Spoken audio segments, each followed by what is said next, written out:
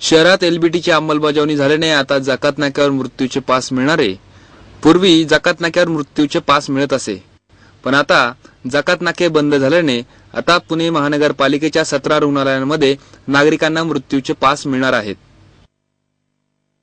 एलबीटीची अंमलबजावणी होण्यापूर्वी मृत्यूचे पास जकात नाक्यावर मिळत असे, परंतु 1 एप्रिल पासून एलबीटीची अंमलबजावणी झाल्याने आता जकात नाके बंद झालेत। त्यामुळे आता शहरातील 17 रुग्णालयांमध्ये मृत्यूचे पास मिळणार आहेत। तसेच ससून रुग्णालय आणि विश्रामबाग वाडा यासह नागरिकांना मृत्यूचे पास मिळत होते। मृत्यूचे पास मिळवण्यासाठी नागरिकांना अनेक अडचणींना सामोरे जावे लागत आहे। नागरिकांच्या अडचणी लक्षात घेता पालिकेच्या रुग्णालयांमध्ये हे मृत्यू पास मिळणार आहेत।